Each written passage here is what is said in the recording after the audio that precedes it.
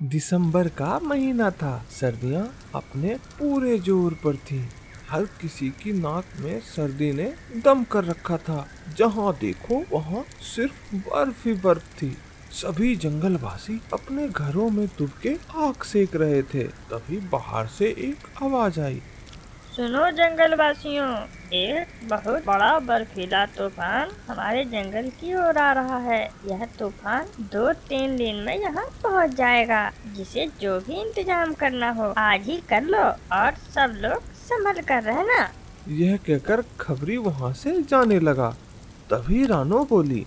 अरे बेटा खबरी, कहाँ जा रहा है अभी? अरे मौसी, मुझे भी तो इंतजाम करना है। जो खबर मुझे मिली वो आपको बता दी। ठीक है बेटा, जा। इसके बाद रानो बारी बारी से टोनी, गट्टू और चीचू के घर गई। सबको तूफान की तैयारी के बारे में बताया और शाम से पहले अपने घर आने को कहा। शाम होने से पहले सभी रानो के घर आ गए। अरे मासी, कालू भैया नहीं दिख रहे, उन्हें नहीं बुलाया क्या? नहीं रे, तूने किस मेहमान का नाम ले लिया? उससे मेरा कोई मतलब नहीं। अरे मासी, ऐसा क्या कर दिया उन्होंने? तू यहाँ नहीं थी बेटी, मायके गई थी, इसलिए तुझे पता नहीं। हम सब उसके पास गए थे कि सर्दियाँ आ गई हैं, घर की मरम्मत करवा ले। घर मजबूत होगा तो अच्छा रहेगा। तो मासी, उन्होंने मना कर दिया क्या? नहीं रे, उसने इतना ज्यादा पैसा मांगा कि पूछ मत। जब मैंने कहा कि बहुत ज्यादा है तो बोला कोई बात नहीं मासी, थोड़ा थोड़ा करके देते रहना। मैं मान ही गई थी, लेकिन गट्टू के एक दोस्त ने बहुत कम पैसों में मेरा घर ठीक कर दिया। हाँ टूनी बहन, मेरा तो पूरा नया घर ही बना दिया। वैसे वो मेरा दोस्त नहीं है, बस पास के जंगल में रहता है। 1-2 बार मुलाकात हुई थी, लेकिन बहुत अच्छा पक्षी है वो। अच्छा, तो ये बात है। फिर भी मौसी, हमें कालू भैया को बुलाना चाहिए था। खैर चलो, तूफान से पहले हम अनाज जमा कर लेते हैं। सब लोग पास के खेत से अनाज के दाने जमा करने निकल पड़े। थोड़ी देर बाद सबके घरों में अनाज इकट्ठा हो गया। उधर कालू के घर।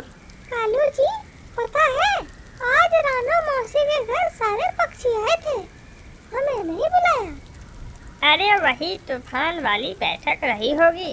कोई बात नहीं, हमने अपनी तैयारी कर रखी है। चलो अब सो जाते हैं। सर्दियों में तो हमारा यही काम है, खाना खाओ और सो।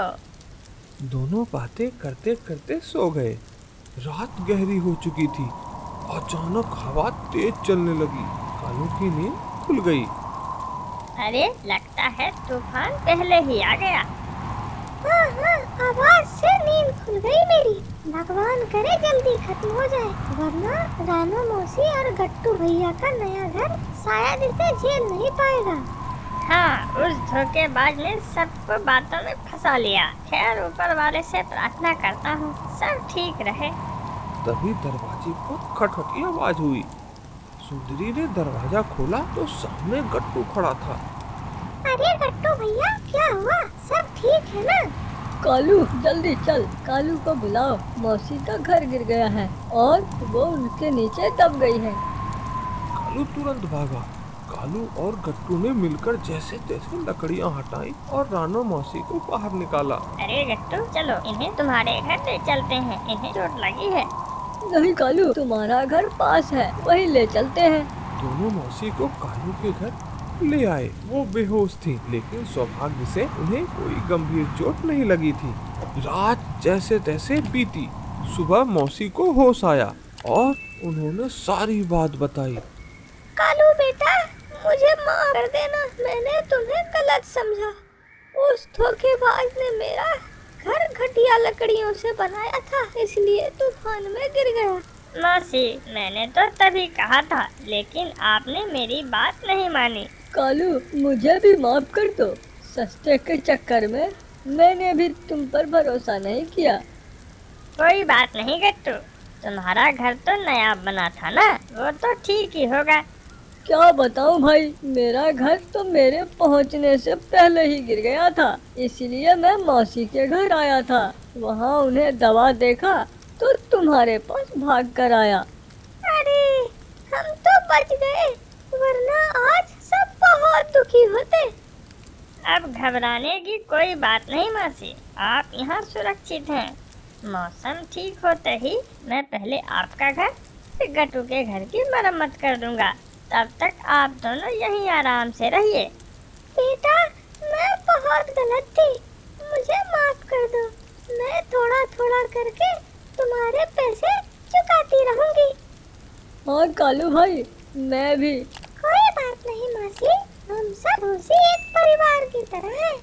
आज आपको हमारी जरूरत है, कल हमें आपकी पड़ेगी, और हमारा यही फर्ज है कि हम एक दूसरे की मदद करते रहें।